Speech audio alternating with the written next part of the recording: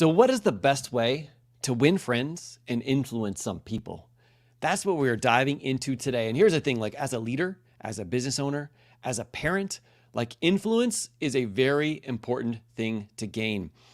John Maxwell says, like, if you are thinking that you're leading and you're going out, like literally going out and, you turn around and there's nobody behind you, then you're literally going out on a walk. You're not really leading. And what he meant by that is like, influence is really, leadership is influence, nothing more, nothing less. It's you taking actions in a way that gets people to want to follow you, to feel like you're building them up, feel like you are actually leading the path for them so that they can achieve their goals, right? And it's such an incredible part of like not only being able to influence and help change people's lives, but also, like he talks about, how to actually win some friends. Now, what's crazy is we're going to dive into chapter number 1 of today's book. It's going to be a super short breakdown, but this is the book that we have decided in our business leadership book club to do next. If you haven't seen any of our previous books, I'll leave you the link to get into our business leadership book club inside of the free app. We have all of the books that we've ever done, but this one is a really powerful one. Now, it was written in like 1936. It has a lot of think and grow rich kind of feels to it. But just from what I have like read so far, even in chapter just 1, it's crazy how those universal things never change. And as we grow, I really feel like seeing how these universal principles have worked not only back then, but how they can work in the future is really what leadership, what being a modern leader is really all about, but really like when it comes to making the impact in the world that we truly want to make. So let's dive into how to win friends and influence people with Dale Carnegie. Now, I do want to say, well, first off, Gerin, welcome to our elite member of our inner circle. I know we have a lot of people here. And Amber, what's going on? You are on both, huh? You're on both calls right now. Okay. So let's dive into a little bit of a quick idea of like what we're actually going to be experiencing. I'm not sure if you can hear my puppy in the background. Apparently I'm talking too loud because he's barking.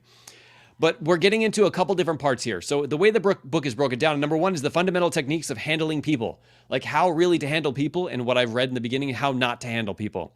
Number 2 is 6 ways to make people like you. And yes, you have to make people like you, but I don't mean, and he doesn't mean in a way that's like you convincing or getting to the point where you're trying to be somebody else other than yourself. But in reality, being yourself, but at the same time, really like getting people to know and understand that you care about them, you care about their goals, you care about what they are here to accomplish in the world, you will win them over.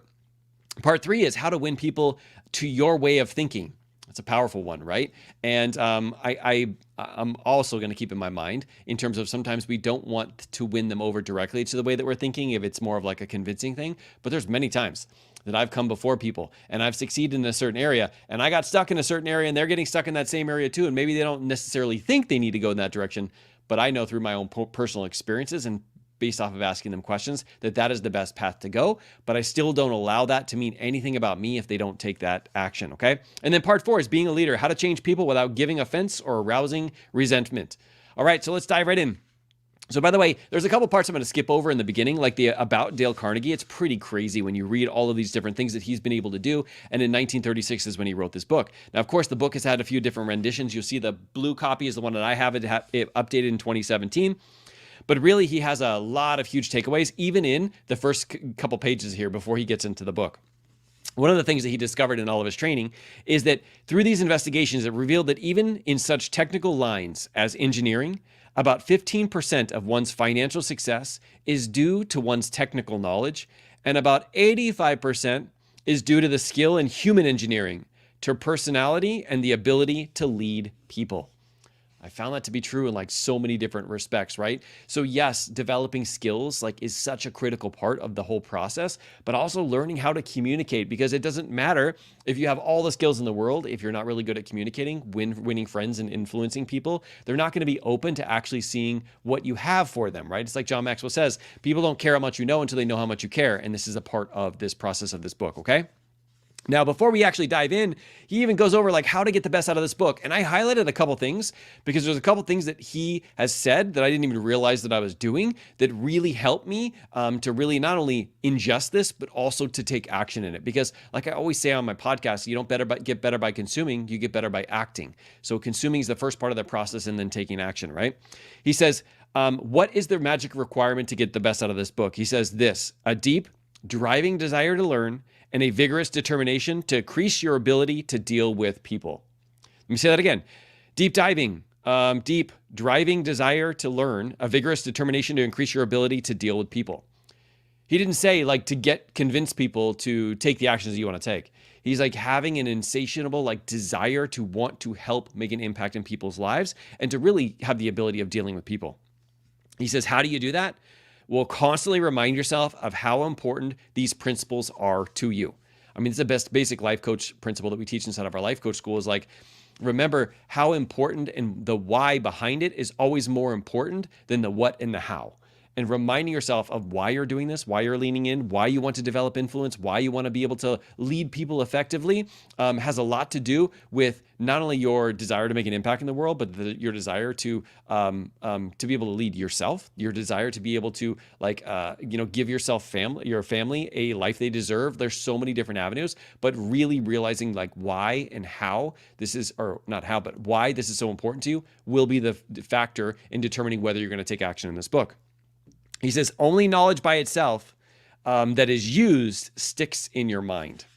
So only knowledge that is used sticks in your mind. So that means dive in, have an understanding of why you're actually wanting to learn and read from this book, and then take action after every single chapter. Now, he also says that he suggests you read chapter multiple times. And honestly, the reason why I didn't get through this so quickly is because of that, because it does have a 1930s feel to it. And it's kind of like I had to go back and reread it a couple different times. So this is probably gonna be one of those books where it takes a little bit longer, okay? All right, let's dive into chapter 1. Chapter 1 is, if you want to gather honey, don't kick over the beehive. He has a couple different stories at the time in the 1930s, these were bad men. One of them was like Al Capone, and another one was Two-Gun Crowley. Like they were going around killing people, extorting people, doing all those kind of things. And when they caught up to them, they had some really huge realizations. For example, Two-Gun Crowley, when he got caught, he says, this is what I get for killing people. He said, no, this is what I get for defending myself.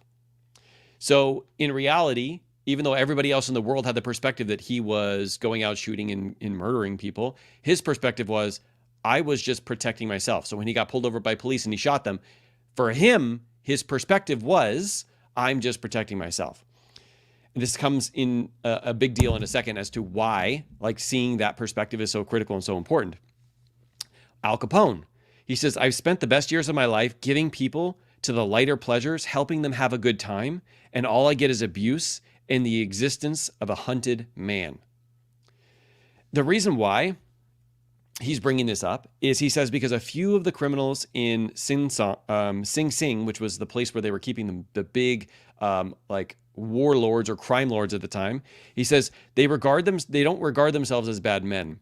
They are just as human as you and I. So they rationalize and they explain everything they do. They can tell you why they try to crack a safe or to be quick on the trigger finger.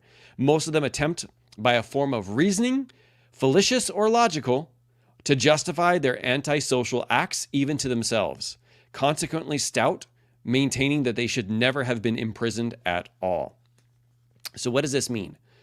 Well, this means that no matter what we personally think of people, no matter how we communicate that to people, they always, not always, but a majority of the time, according to his research, they always find ways of convincing themselves that it was the right thing to do, convincing themselves that they would have done it again, convincing themselves that they were on the good side, not the bad side. It's kind of crazy when you think about that. Like, everybody can like, if you're on this side of what you term as being good and the other side is bad, oftentimes it's flipped for them.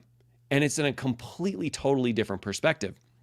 He says, B.F. Skinner, the world's most famous psychologist, proved that his experiments that an animal rewarded for good behavior will learn much more rapidly and retain what it learns far more effectively than an animal punished for bad behavior. Later studies have shown that the same applies to humans. By criticizing, we do not make lasting changes and often incur resentment. So this is what he said. He said, there you are, human nature in action, wrongdoers, blaming everyone but themselves. We are all like that. So when you and I are tempted to criticize someone tomorrow, let's remember Al Capone, Two-Gun Crowley, and Albert Fall. He says, let's realize that criticisms are like homing pigeons. They always return home. Let's realize that the person we are going to correct and condemn will probably justify himself or himself and condemn us in return. Or like the gentle Taft will say, I don't see how I could have done anything different than what I have. This is why he's so against criticizing people when trying to pull out the best from them.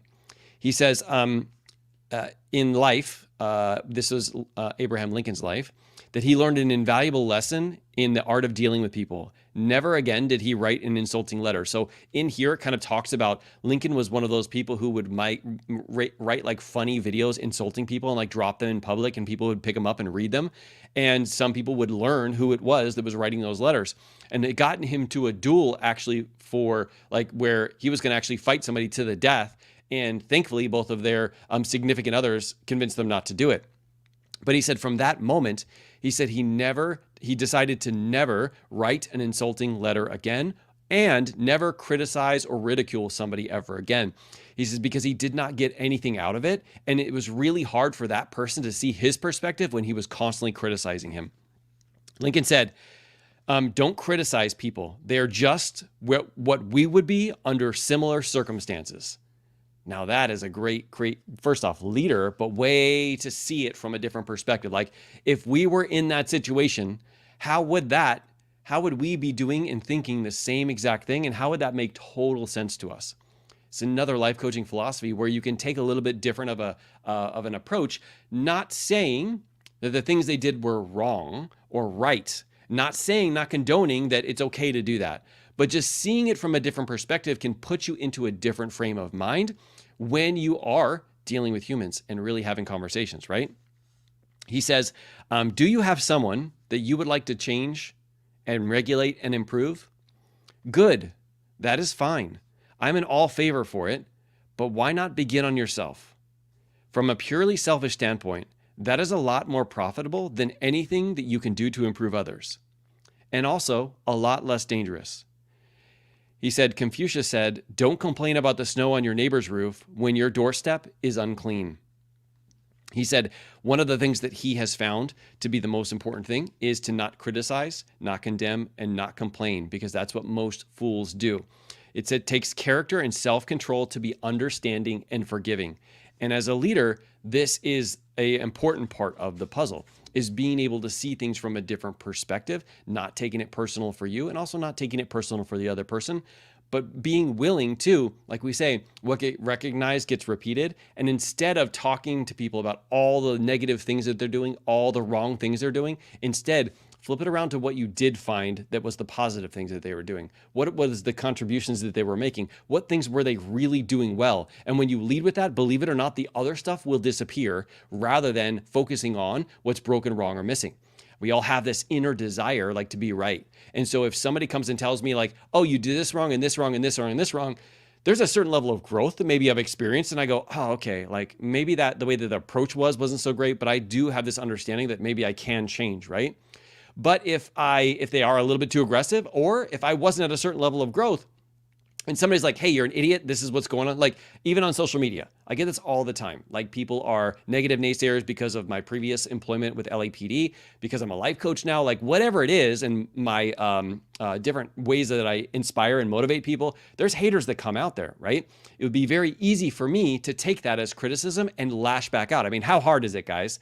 When somebody calls out to you, somebody MFs you, somebody says something or does something that is inappropriate, right? How easy is it for you to just go, oh man, like, yeah, maybe if I was in their shoes, I would do the same thing. Like they're probably going through something tough right now, something really hard, something that like, this doesn't mean anything about me. This is just entirely about a situation they're going through.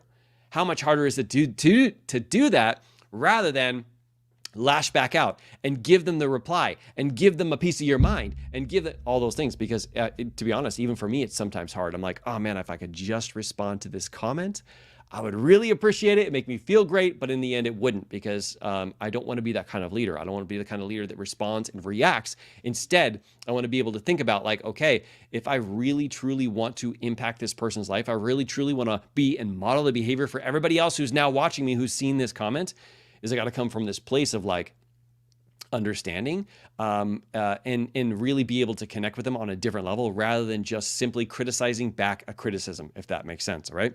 So this is the principle number 1 from chapter number 1. He says, instead of condemning people, let's try to understand them. Let's try to figure out what they do and why they do it. That's a lot more profitable and intriguing than criticism. And it breeds sympathy, tolerance, and kindness. To know all is to forgive all. As Dr. Johnson said, God himself, sir, does not propose to judge man until the end of his days. So why should you and I? Priority principle number 1, don't criticize or condemn of complain. Powerful chapter already. So my question to you guys would be, how does this apply when it comes to parenting? How does it apply in your business? How does it apply in multiple different areas, right? So when you think about this, when you think about like not condemning, I can also think about like my kids when they have something that they have done that they shouldn't have done. Yes, I can bring it up. I can think about like, what would you do differently next time? But also I can make sure that I praise them for the things they have done right. Because of all the things that they are doing, like they're doing so many things that are right. And it's just, to be honest, like sometimes I'm even forgetful of all those things because it's just such the norm now.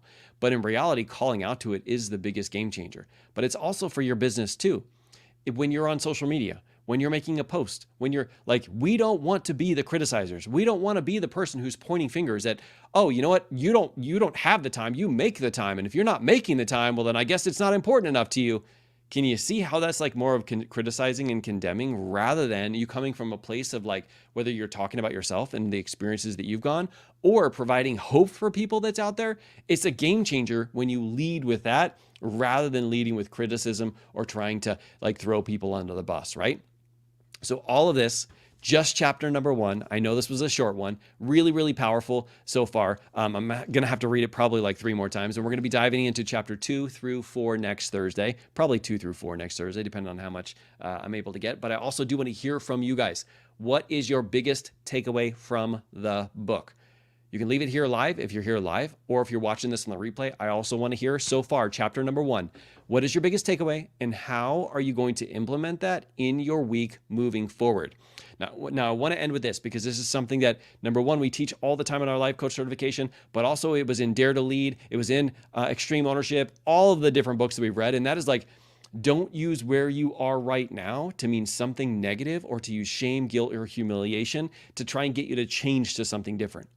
You're here for a reason. You're literally here on a business leadership book club. You're reading a book on how to win friends and influence people. If there's anybody on the planet who like deserves a little bit of like leniency in terms of like you're doing the work that it takes to become the leader you want to be, that is you. You're here, you're watching, you're diving in. Please don't use this as any kind of ammunition because you didn't know this yesterday.